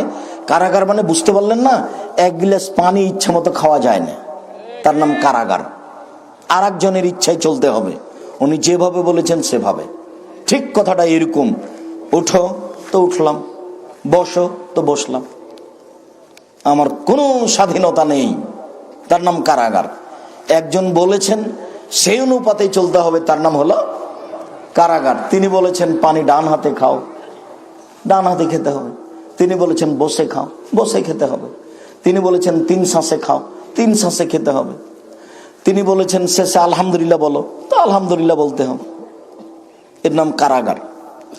এক জোড়া জুতা, নিজের জুতা নিজে টাকা দিয়ে কিনেছি, ইচ্ছা মতো পরা যায় না, তার নাম কারাগার। ডান পায়েরটা আগে পড়তে হবে, আর খোলার সময় কোনটা? বাম পায়েরটা আগে খুলতে হবে। আরে নিজস্ব বিছানা, ঘর বাড়ি আমি করেছি, ঘর বাড়ি আমি করেছি, চাদর আমি কিনেছি, সুন্দর করে সাজিয়েছি, আমি নাকি ইচ্ছা মতো ঘুমাতে পাবো না। ডান কাতে ঘুমাতে হবে, ঘুমানোর সময় বলতে হবে আল্লাহুম্মা বিসমিকা আমুতু ওয়া আহইয়া। আপনার জানা নাই? আল্লাহুম্মা আসলামতু নাফসি ইলাইকা, আপনি বলবেন আল্লাহুম্মা আসলামতু নাফসি ইলাইকা ওয়াজ্জাহতু ওয়াজহি ইলাইকা ওয়া ফাওয়াজতু আমরি ইলাইকা ওয়ালজাতু জাহরি ইলাইকা রাগবাতান রাহবাতান ইলাইকা লা মালজা ওয়ালা মানজা মিনকা ইল্লা ইলাইকা আমানতু বিকিতাবিকা আল্লাযী আনসালতা ওয়া নাবিয়িকা আল্লাযী আরসালতা। এই দোয়া পড়ে আল্লাহ রাসূল রাতে ঘুমাতেন। আপনি পড়েন তো? অভ্যাসে আছেন তো? কি এতগুলো মানুষ কেউ সাড়া দিচ্ছেন না কেন? আল্লাহ নবী এইটা বলে ঘুমাতেন। আয়েশা রাদিয়াল্লাহু তাআলা আনহার বিবরণ, উজু করে ডান কাতে এই দোয়া পড়ে ঘুমাতেন। তো কোনটা পড়ে ঘুমান? সূরা মুলক পড়ে? অত ছোট বললে হয়? তোমরা যুবক পড়াশোনা করছো, খালি হাটে বাজারে ঘুরে বেড়াচ্ছ আর মিছিল করে বেড়াচ্ছ, মুখের চরিত্র ফুলের মতো পবিত্র। বোকা হয়ে গেছো, কিছু মুখস্থ করো, সময় কাটাও। আয়াতুল কুরসি পড়ে ঘুমাতে হবে, নইলে সূরা বাকারার শেষ 2 আয়াত পড়ে ঘুমাতে, নইলে সূরা মুলক পড়ে ঘুমাতে হবে, নইলে এই যে বড়টা পড়ে ঘুমাও। আমি আল্লাহুম্মা বিসমিকা আমুতু ওয়া আহইয়া পড়ে ঘুমানো যাবে না এই কথা আমি বলিনি। এদেশে একটা বই পাওয়া যায়, আইনে রাসূল সাল্লাল্লাহু আলাইহি ওয়াসাল্লাম দোয়া অধ্যায়। এই নাম শুনেছেন এই বইয়ের? আইনে রাসূল সাল্লাল্লাহু আলাইহি ওয়াসাল্লাম দোয়া অধ্যায়তে 10টা দোয়া আছে, 10টা সিরিয়াল দোয়ার। 16টা স্থান আছে হাত তুলে দোয়া করার, 40টা হাদিস দেওয়া আছে হাত তুলে দোয়া করার, 16টা স্থান আছে হাত তুলে দোয়া করার। আপনারটাই লিখেছি, কেন যে আপনি পড়েন না? সাদ করে এইভাবে এসেছেন, বাড়িঘর রেখে দিয়ে ছেলে মেয়ে সহ, তো একটু সাদ করে বইগুলো নেওয়ার চেষ্টা করবেন। তাহলে আপনি সহ আপনার আহাল পরিবার সহ সবাই সফলতা পাবে। সম্মানিত দিনী ভাই বোন, বলছিলাম আল্লাহ তাআলা নবী রাসূলগণকে এইভাবে হালাল খাওয়ার জন্য বলেছেন। আল্লাহ তাআলা বলেন, ইয়া আইয়ুহার রাসূল কুলু মিনাত তাইয়্যিবাত ওয়া আমালু সালিহা। নবী রাসূলগণ আপনারা হালাল রুজি খান আর সৎ আমল করুন। হালাল রুজি খেতে হবে, সৎ আমল করতে হবে। সব আমল সৎ নয়, সব আমল সৎ নয়। মাগরিবের ফরজ সালাতের পরে 2 রাকাত সুন্নাত পড়লাম, এটা হলো সৎ আমল। মাগরিবের 3 রাকাত ফরজ সালাতের পরে 6 রাকাত সুন্নাত পড়লাম, এটা আর সৎ আমল নয়। বুবু কিন্তু বৈঠকে বলেছে, বুবু মাগরিবের পরে যদি 6 রাকাত সালাত পড়ো বুবু, এটা নাম সালাতুল আওয়াবিন বুবু, 12 বছরের ইবাদতের সমান নেকি হবে বুবু 6 রাকাত বুবু। মানে মহিলা বৈঠকই চলবে না, মহিলা বৈঠকই না করেছি প্রায় মিথ্যা কথা, ও দিয়ে চলবে না। 6 রাকাত যদি সালাত আদায় করে নফল মাগরিবের পরে, এটা সৎ আমল নয়। কোরআন মাজিদ পড়া হয়ে গেল, আপনি বলবেন সুবহানাকা আল্লাহুম্মা ওয়া বিহামদিকা আশহাদু আল্লা ইলাহা ইল্লা আনতা আস্তাগফিরুকা ওয়া আতুবু ইলাইক, এটা হলো সৎ আমল। কোরআন মাজিদ পড়া শেষ হয়ে গেল, আপনি বললেন সাদাকাল্লাহুল আযীম, তখন এটা সৎ আমল নয়। আপনি ইস্তিগফারের জন্য বলছেন আস্তাগফিরুল্লাহাল্লাযী লা ইলাহা ইল্লা হুয়াল হাইয়ুল কাইয়্যুম, এটা হলো সৎ আমল। আপনি ইস্তিগফারের জন্য বলছেন আস্তাগফিরুল্লাহ রাব্বি মিন কুল্লি জামবি ওয়া আতুবু ইলাইহি, এটা সৎ আমল নয়। আপনি বলেন আসসালামু আলাইকুম, হাতের সাথে হাত মেলালেন, পৃথক হওয়ার সাথে সাথে সব পাপ ক্ষমা হয়ে গেল। করোনার কারে হাত মিলানো যাবে না, নবীর হুকুম চলবে না। মুহাম্মদ সাল্লাল্লাহু আলাইহি সাল্লাম বলেছেন আসসালামু আলাইকুম বলে হাত মিলানোর পরে হাত পৃথক হওয়ার সাথে সাথে সব পাপ ক্ষমা করে দেওয়া হবে, কথা মুহাম্মদ সাল্লাল্লাহু আলাইহি সাল্লাম বলেন। সালামের সময়তে এইটা হলো রাসূলের নিয়ম, সৎ আমল। সালাম দেওয়ার সময়তে কেউ যদি বলে ইয়াগফিরুল্লাহু লানা ওয়া লাকুম, তার সৎ আমল হলো না, এই দোয়া দুনিয়াতে নেই। কিভাবে যে চলছে আল্লাহই ভালো জানে, না আপনি জানেন না হুজুর জানেন, কোথা থেকে এসেছে কেউ জানে না। বিসমিল্লাহ বলে মাটি দিয়ে দিতে হবে, এটা হলো সৎ আমল। কিন্তু আপনি মাটি হাতে করে যদি বলেন মিনহা খালাকনাকুম ওয়া ফিহা নুঈদুকুম ওয়া মিনা নুখরিজুকুম তারাতান উখরা, তখন এটা সৎ আমল হলো না। পৃথিবীর নবী রাসূলগণ আপনারা হালাল রুজি খান এবং সৎ আমল করুন। আল্লাহ তাআলা সাধারণ জনগণকে হালাল রুজি খাওয়ার জন্য আদেশ করেন। আল্লাহ তাআলা মুমিন পুরুষ নারীকে হালাল রুজি খাওয়ার জন্য আদেশ করেন। আল্লাহ তাআলা নবী রাসূলগণকে হালাল রুজি খাওয়ার জন্য আদেশ করেন। মানুষের জীবনে সবচেয়ে গুরুত্বপূর্ণ কাজ হচ্ছে 5 ওয়াক্ত সালাত। মানুষের জীবনে এর চেয়ে ভিন্ন ধরনের ব্যতিক্রম কোনো গুরুত্বপূর্ণ কাজ নেই। বলতে পারেন মানুষের জীবনে সবচেয়ে গুরুত্বপূর্ণ কাজ কি? মানুষের জীবনে সবচেয়ে গুরুত্বপূর্ণ কাজ হচ্ছে সালাত। সালাত এমন একটা ইবাদত যার উপরে নির্ভর করে অন্যান্য ইবাদত। সালাত আছে তো হজ আছে, সালাত নেই তখন হজ কাটা গেছে। সালাত আছে তো রোজা আছে, সালাত যখন নেই তখন রোজা কাটা গেছে। এ কথাই ঠিক, ইবাদতের জগতে সবচেয়ে দামি ইবাদত দান, শক্তিশালী পাওয়ারফুল ক্ষমতাধর ইবাদত দান। কিন্তু সালাত আছে তখন দানের নেকি আছে, সালাত যখন নেই তখন দানের নেকি নেই। পৃথিবীতে সবচেয়ে ব্যতিক্রম ভিন্ন ধরনের বিরল ইবাদত হচ্ছে সালাত, যার সাথে 5 মিনিটের জন্য আপোষ চলে না। পৃথিবীতে গুরুত্বপূর্ণ দ্বিতীয় কাজ হচ্ছে হালাল রুজি। যখন হালাল রুজি নেই তখন সালাতও নেই। হারাম রুজি যখন, তখন কোনো ইবাদত কবুল হবে না। এদেশের কোনো এনজিওতে, এদেশের কোনো ব্যাংকে চাকরি করে সে টাকা দিয়ে চাউল কিনে ভাত খেয়ে ইবাদত কবুল হবে না, এটাই চূড়ান্ত।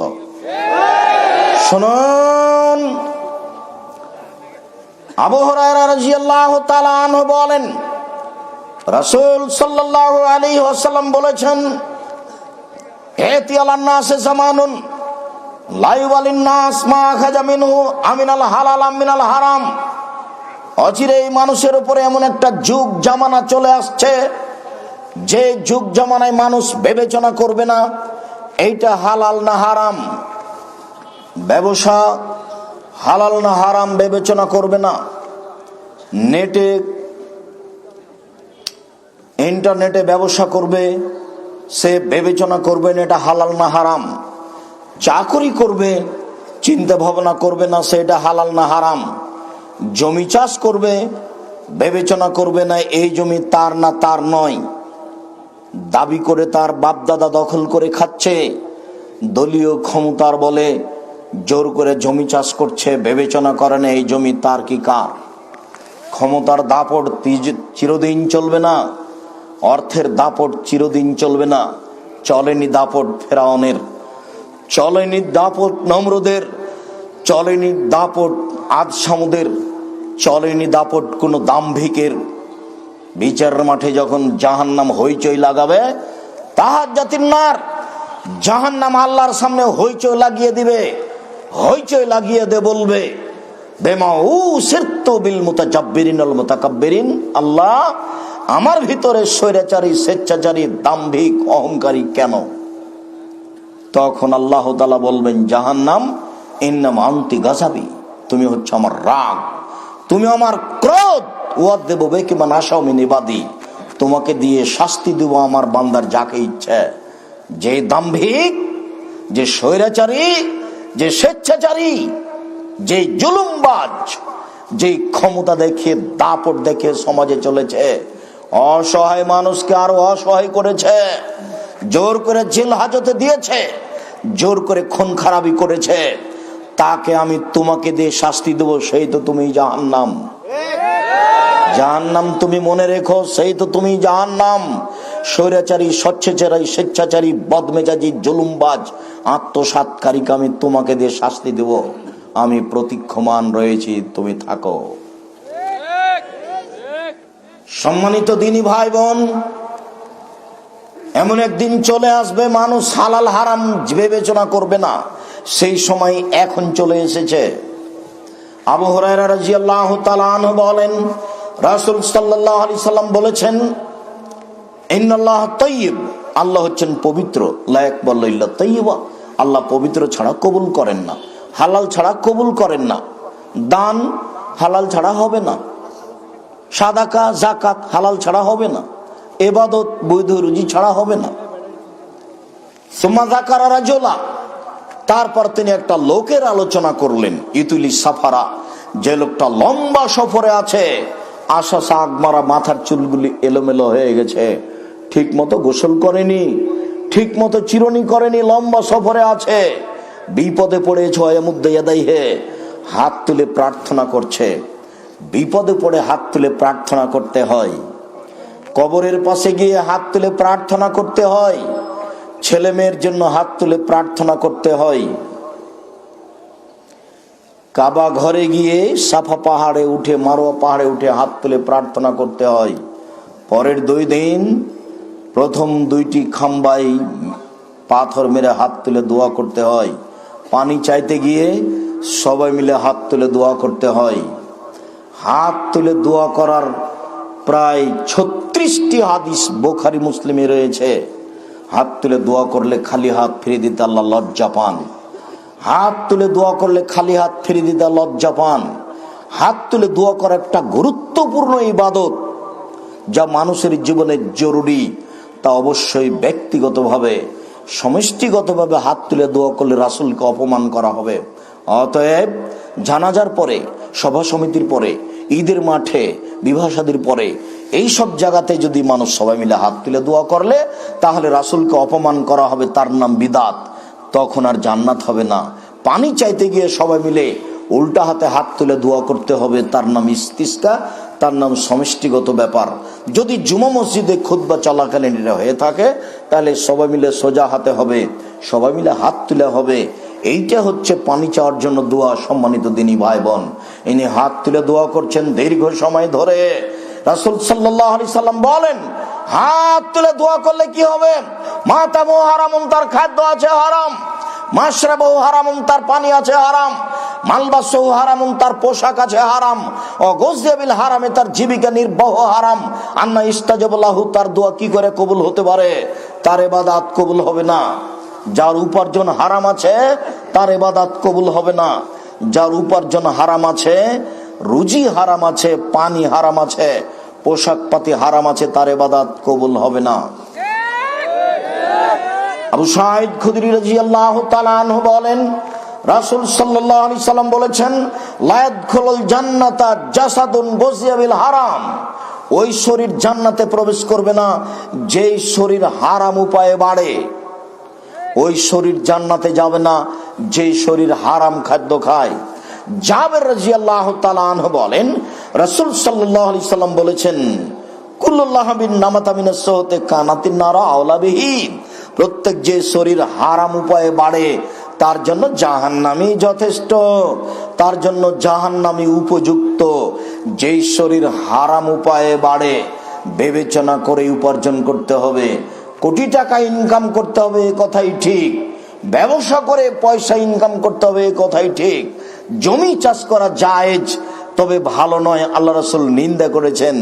জমি চাষ করা জায়েজ, তবে তিনি বলেছেন জমি চাষ করলে অন্তর শক্ত হয়ে যায়। ব্যবসা করে খাও, টাকা পয়সা বেশি হবে। তিনি বলছেন আত-তাজির আস-সাদিক আল আমিন ইয়াকুনু ইয়াউমাল কিয়ামা মা শুহাদা ওয়াস সিদ্দিকুন আল আমবিয়া, সত্যবাদী বিশ্বস্ত ব্যবসায়ী তারা বিচার মাঠে নবীগণের সাথে থাকবেন। সত্যবাদী বিশ্বস্ত ব্যবসায়ী। চাঁপাই নবাবগঞ্জের মানুষ চাকরি করে, বেতন পায় যা তা 25 দিনে শেষ হয়, 5 দিন ধার কর্জ করে চলে। বলেন তো এই মসজিদে টাকা দিতে পারবে? ও অসহায় ফকির মিসকিনকে দিতে পারবে? আসলে বলবে মাফ করো। আর এই ছেলে, তোমাকে কি পরামর্শ দিয়েছি তোমার মনে আছে? ফকিরকে যেন মাফ করে এই কথা বলা লাগে না। বলো তো তোমাকে কি পরামর্শ দিয়েছি? তোমাকে বলেছি আজ থেকে তোমার মাকে বলে দিও, আম্মা আমি যখন বাড়ি থেকে বের হব তখন আমাকে কিছু খুচরা টাকা দিবেন। 5 টাকা, 10 টাকা, 50 টাকা, 100 টাকা দিবেন। আমার কাছে 500 টাকার নোট থাকে। ফকিরে যখন চাই তখন তো আমি 500 টাকা নোট দিতে পারবো না, তখন আমি তাকে কি বলি? মাফ করে দাও। আপনি আমাকে খুচরা টাকা দিবেন, যত ফকির আছে সবকে দিব। আপনি আপনার স্ত্রীকে বলে দিন, শুধু তার কাছ থেকে রান্না করে নেবেন। চাঁপাইনবাবগঞ্জের নীতিতে একটু আদব কায়দা শিখাবেন না, এটা তো ঠিক নয়। শোনো, ব্যাগটা ঠিক করে দাও, দেখো তো খুচরা টাকা আছে কিনা। খুচরা টাকাগুলি ব্যাগে আমার পকেটে দিয়ে দাও, যত ফকির আছে সবকে দিতে হবে। আর আজ থেকে আপনাকে বলছি, আপনার কাছে খাবে আপনার বাপ মা, আপনারা 3 ভাই 5 বোন, বোনদের অনেক ছেলে মেয়ে হয়ে গেছে, 3 ভাইয়ের বিবাহ হয়ে গেছে। এখন কোনো সময় বোন আসে, কোনো সময় ভাগনা আসে, কোনো সময় ভাগ্নি আসে, তখন তোমার স্ত্রী এটা খারাপ মনে করে, দিন রাত কি খালি ওদের জন্য রান্না করব। তখন তোমার মা নিরুপায় হয়ে বলে যে তোমরা তাহলে ভিন্ন ভিন্ন খাও, আমি তো আর নাতি নাতনি পোতা পুতিনকে অন্য জায়গাতে দিতে পারবো না, বিদায় করতে পারবো না। তখন তোমার মা নিরুপায় হয়ে ভিন্ন হয়ে কষ্ট করে রান্না করে খাই। আজ থেকে তুমি বরকত ধরে না, এদিকে শোনো, তুমি একাই রান্না করে খাচ্ছ, তোমার হাত দিয়ে আল্লাহ একজনের রুজি দিচ্ছে। বিবাহ করলা 2 জনের রুজি দিলেন, একটা সন্তান হলো 3 জনের রুজি দিলেন, আর একটা হলো 4 জনের রুজি দিলেন। এবার তোমার বোন আসলো 5 জনের রুজি, তোমার ভাগনা আসলো 6 জনের রুজি, তোমার ভাগ্নি আসলো 7 জনের রুজি, তোমার মা 8 জনের রুজি, তোমার বাপ 10 জনের রুজি। এতগুলো রুজি আল্লাহ কার হাত দিয়ে দিচ্ছে? তোমার হাত দিয়ে। তুমি 3 মাস সবকে খেতে দাও, দেখবা টাকা পয়সা বেশি হয়ে গেছে। ওই বরকত কেউ ঠেকাতে পারবে না। তোমার বউয়ের অন্তর সংকীর্ণ, 150 চাউল রান্না করা অভ্যাস হয়ে গেছে, তাই না? তোমার মা যেমন 3 কেজি চাউল রান্না করতে 1 কেজি, তেমনি তোমার বউ 1 কেজি চাউল রান্না করবে। সারাদিন তোমরা 2 জন খাবা, ফকিরে খাবে, রাতে গরুতে খাবে। আর ওই নোংরা স্বভাব ত্যাগ করতে হবে। 150 চাউল রান্না করেছে, দুপুরে মেহমান এসেছে। তখন স্ত্রী বলছে যে 150 চাউলের ভাত যদি মেহমান কি দিতে তাহলে শেষ হয়ে যাবে, আমরা কি খাবো, এক কাজ করো চানাচুর বিস্কুট দিয়ে বিদায় করে দাও, বিদায় করে দাও। এই নোংরা বর্বর অসভ্য নীতি বাদ দিতে হবে। স্ত্রীকে বলে দিতে হবে মায়ের স্বভাবে ফিরে যেতে হবে যে কোনো মূল্যে। আর তোমাকে বলছি তোমার বাপের স্বভাবে ফিরে যেতে হবে যে কোনো মূল্যে। তোমার বাপের স্বভাব ছিল মসজিদ থেকে ফকির ধরে আনা। এশারাতের সময়তে বাড়ি যাচ্ছিল, মসজিদের ডান দিকে লক্ষ্য করে দেখলো ওইদিকে একটা মুরব্বি বসে আছে। আপনি কে? বাড়ি আমার ফরিদপুর ভাঙ্গা। খেয়েছেন কি? জি না। চলেন বাসায়। সেই দিন আপনার মা 16 জনের খাওয়ার রান্না করেছে। আপনারা 10 ভাই বোন, 2 জন কিষান কামলা, 12 জন। আপনার বাপ মা 14 জন। আপনার বাপের অভ্যাসের কারণে 2 জন ফকির গেছে বাড়িতে। কতজন হলো? 16 জন। 16 জনের ভাত রান্না করেছে আপনার মা ঢেঁকিতে ধান ভেঙে। আর যদি চাঁপাইনবাবগঞ্জের মানুষ হয় তাহলে জাঁতাতে আটা পিষে রেডি করেছেন আটা, আর ঢেঁকিতে ধান ভেঙে রেডি করেছেন চাউল। 16 জনের ভাত রান্না করবেন আপনার মা এইভাবে প্রস্তুতি নিয়ে। এইবার আপনি রাত 11টার সময় আমাকে নিয়ে গেছেন। আমাকে নিয়ে গিয়ে স্ত্রীকে বলছেন খালেদা উঠো, আব্দুর রাজ্জাক সাহেব মেহমান এসেছেন। আরে তুমি রাতে মেহমান নিয়ে এসো, ঝামেলা পাকাও, এগুলো এখন করতে পারবো না। এই শব্দটা আপনার মা শুনে নিয়েছেন, 80 বছর বয়স। তখন আপনার মা তাড়াহুড়া করে উঠে বলছে থাক বেটা, থাক বেটা, বৌমাকে উঠাতে হবে না, আমি সবকিছু ঠিক করে দিচ্ছি, আমি সবকিছু ঠিক করে দিচ্ছি।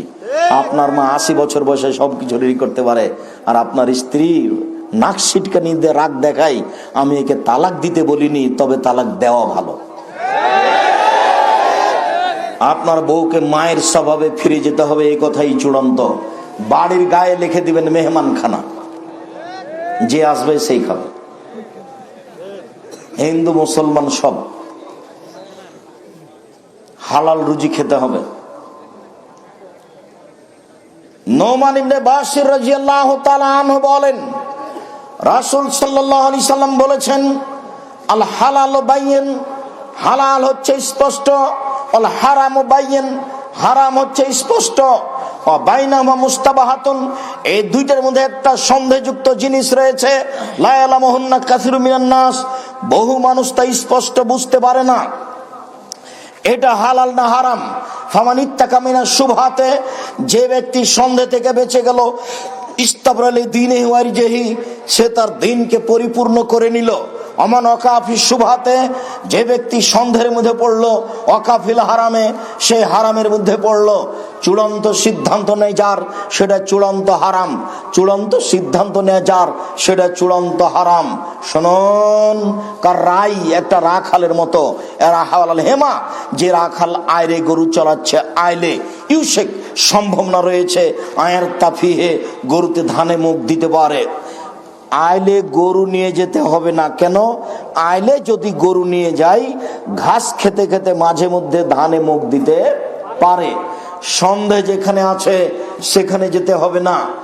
শুনুন, সারা পৃথিবীর অবস্থা, আলা লিকুল্লি মালিকিন হেমা ও হেমাল্লাহ মাহারে মহু। মনে রেখো, প্রত্যেকটা দেশের একটা সীমারেখা রয়েছে। বাংলাদেশ শেষ হলে ভারত শুরু হয়, ভারত শেষ হলে বাংলাদেশ শুরু হয়। হেমাল্লাহে মাহারে মোহ, আর আল্লাহর সীমারেখা হচ্ছে হালাল হারাম। হালাল শেষ হলে হারাম শুরু হয়, হারাম শেষ হলে হালাল শুরু হয়। বিবেচনা করে চলতে হবে। আল্লাহ সাবধান, মনে রেখো, আইনা ফিল জাসাদে মুজগা, মানুষের শরীরে একটা টুকরা রয়েছে, এজা সালাহাত সালাহাল জাসাদ কুল্লুহু, সেই টুকরা যতক্ষণ ঠিক আছে পুরো মানুষটাই ঠিক আছে। ওয়াইজা ফাসাদাত ফাসাদাত জাসাদ কুল্লুহু আলা ওয়াহিল কালব, সেই টুকরা যখন খারাপ হয়ে যাবে, মানুষ খারাপ হয়ে যাবে। অন্তর ভালো যার, সব ভালো তার। অন্তর খারাপ যার, সব খারাপ তার। ভিতর ভালো যার, সব ভালো তার। ভিতর খারাপ যার, সব খারাপ তার। রাসূল সাল্লাল্লাহু আলাইহি ওয়াসাল্লাম বললেন, মনে রেখো, আত্তাকওয়া হাহুনা, পরহেজগারিতা এখানে। আত্তাকওয়া হাহুনা, পরহেজগারিতা এখানে। আত্তাকওয়া হাহুনা, পরহেজগারিতা এখানে। ওয়া ঈশ্বর বেদিলা সাদরিহি, হাত দিয়ে বারবার বুকের দিকে ইশারা করে দেখাচ্ছিলেন।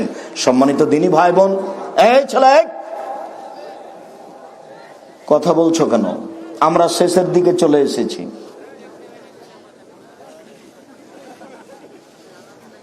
সম্মানিত দিনী ভাই বোন, হারাম উপার্জনের এখন সবচেয়ে বড় দিক হলো সুদ। হারাম উপার্জনের সবচেয়ে বড় দিক কি? সুদ। আল্লাহ নবী বলেছেন, 1 টাকা সুদ খেলে 36 বার জেনা করে যত পাপ হবে, 1 টাকা সুদ খেলে তার চেয়ে বেশি পাপ হবে। রাসূল সাল্লাল্লাহু আলাইহি ওয়াসাল্লাম বলেছেন, সুদের পাপের 70টি ভাগ রয়েছে। ছোট ভাগ হলো মার সাথে জেনা করলে যেমন পাপ হয়। রাসূল সাল্লাল্লাহু আলাইহি ওয়াসাল্লাম বলেন, যে সুদ খাবে তাকে রক্তের নদীতে ফেলে দিয়ে পাশ থেকে পাথর মেরে তার মুখকে ভেঙে চৌচির করে দেওয়া হবে। ততক্ষণ পর্যন্ত রক্তের নদীতে ফেলে তাকে শাস্তি দেওয়া হবে যতক্ষণ পর্যন্ত বিচার না হচ্ছে। আর সুদ খাওয়া হলো জুলুম। সুদ খাওয়া কি? জুলুম। এর বিচার পরে হবে। জুলুমবাজদের বিচার পরে হবে। যারা মানুষকে ক্ষমতা দেখিয়ে জেলে দিয়েছে তাদের বিচার পরে হবে। যারা মানুষের উপরে জুলুম অত্যাচার করেছে, অসহায় মানুষের বাড়ি দখল করে নিয়েছে, জমি জায়গা দখল করে নিয়েছে, এদের বিচার পরে হবে। যারা ক্ষমতা দেখিয়ে মানুষকে কিল থাপ্পড় মেরেছে, এদের বিচার পরে হবে। যারা সুদ খেয়ে মানুষের প্রতি জুলুম করেছে, এদের বিচার পরে হবে। যারা রিকশাওয়ালাকে 1 থাপ্পড় দিয়ে টাকা কম দিয়েছে, এদের বিচার পরে হবে। শুনুন, ভালো মানুষের জন্য বিচারের মাঠের সময়সীমা কতটুকু? 1 ওয়াক্ত সালাত আদায়ের সমান। ধরে নিলাম জোহরের সালাত আদায় করতে 5 থেকে 7 মিনিট 10 মিনিট লাগতে পারে। তাহলে বিচারের মাঠে ভালো মানুষের বিচারের সময়সীমা 7 থেকে 10 মিনিট। মানুষ যদি খারাপ হয়, যদি তার বিচার 1 দিন লেট হয় তাহলে 50,000 বছর। যদি 3 দিন লেট হয় তাহলে 1.5 লক্ষ বছর। 1 দিন সমান 50,000 বছর। কতদিন বিচার চলবে তা আমি বলতে অক্ষম। তবে যাদের বিচার ঠেকে যাবে, তাদের চেয়ে যাদের বিচার ঠেকে যাবে না, তারা 500 বছর আগে জান্নাতে যাবে। এই কথা মুহাম্মদ সাল্লাল্লাহু আলাইহি সাল্লাম বলেন। কবর যত কঠিন, কিয়ামত তার চেয়ে অনেক অনেক অনেক বেশি কঠিন। কবরের সময়সীমা হলো বাসর রাতের সমান। কবরের সময়সীমা বাসর রাতের সমান। বাসর রাতে আপনি রাত 12টায় ঢুকেছেন, মাথায় হাত দিয়ে দোয়া পড়লেন, 2 রাকাত সালাত আদায় করলেন, কথা বললেন, দাম্পত্য জীবনে গেলেন, ঘুমিয়ে গেলেন, সকাল হয়ে গেল, মোটামুটি 3টার দিকে ঘুমিয়েছেন, 5টায় ঘুম ভেঙে গেল, আজান হলো, তাহলে মোটামুটি 2 ঘন্টা ঘুমালেন। বাসর রাতের ঘুমের সময় হলো মোটামুটি একটা বলা যেতে পারে 1.5-2 ঘন্টা। তাহলে ভালো মানুষের কবরের থাকার সময়সীমা হলো বাসর রাতের সমান। যখন তাকে ঘুম থেকে উঠানো হবে, কিয়ামত যখন হবে, তখন সে বিরক্ত বোধ করবে, এখনই তো ঘুমালাম, অথচ সে ঘুমিয়ে আছে 2 কোটি বছর থেকে।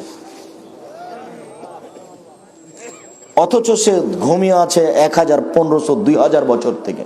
কথা বুঝাতে পারিনি মনে হয়। কিন্তু যখন তাকে উঠানো হবে কিয়ামতের মাঠে,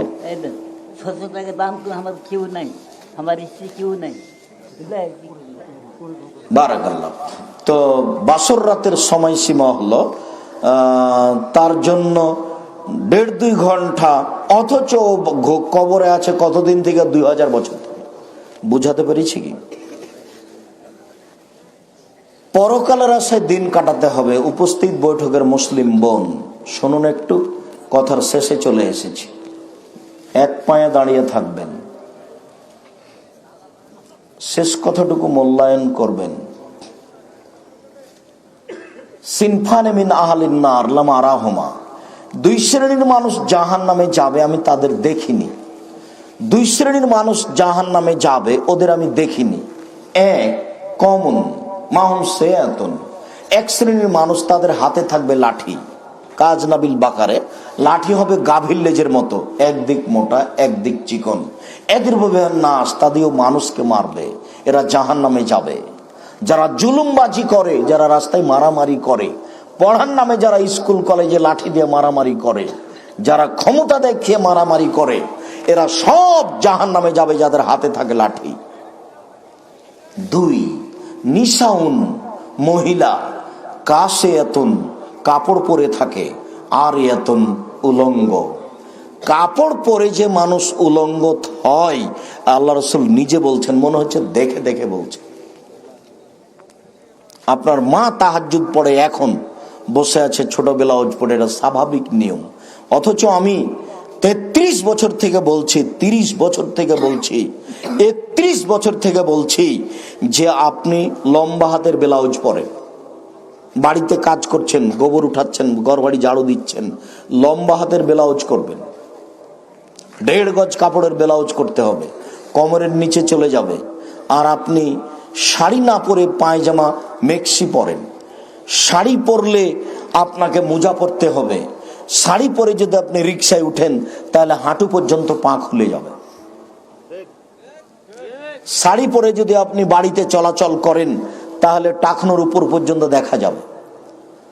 আপনি 4 আঙুল হাত অর্ধ হাত নামিয়ে দিয়ে আপনি পায়জামা পরেন, তখন রিক্সাতে উঠলেও পায়ের টাকনো খুলবে না।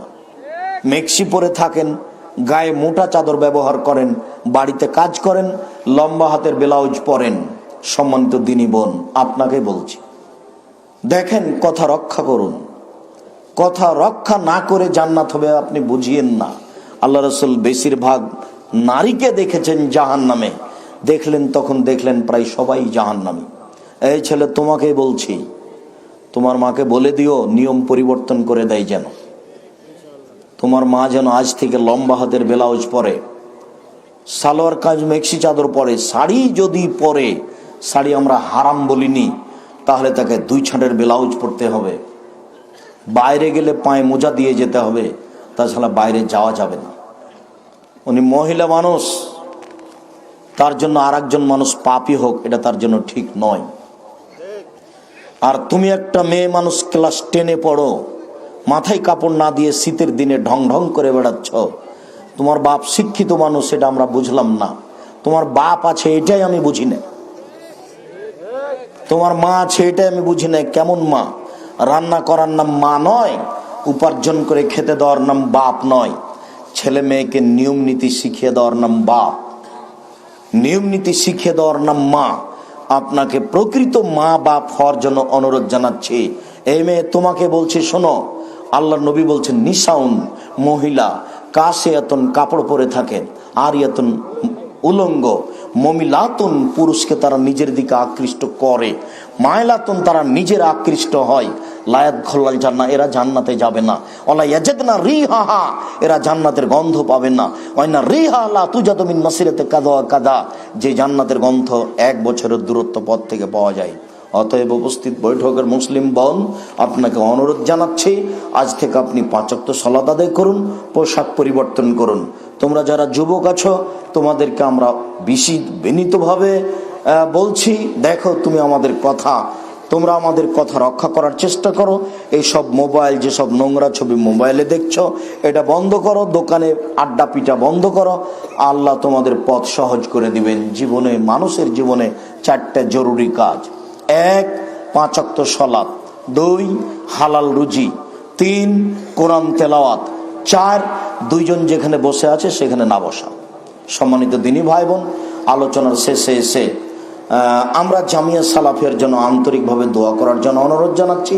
আমরা এদেশের মাটিতে উন্নত মানের প্রতিষ্ঠান গড়বো ইনশাআল্লাহ, সেটাই জামিয়া সালাফিয়া। আর আমাদের এই যেটা বিরল জামিয়া সালাফিয়া, আপনাদের দিনাজপুর বিরল, প্রায় 15 বিঘা জমি ক্রয় হয়েছে, সেখানে প্রতিষ্ঠান আমাদের গড়বে। সম্মেলনের তারিখ আপনারা জানতে পারবেন।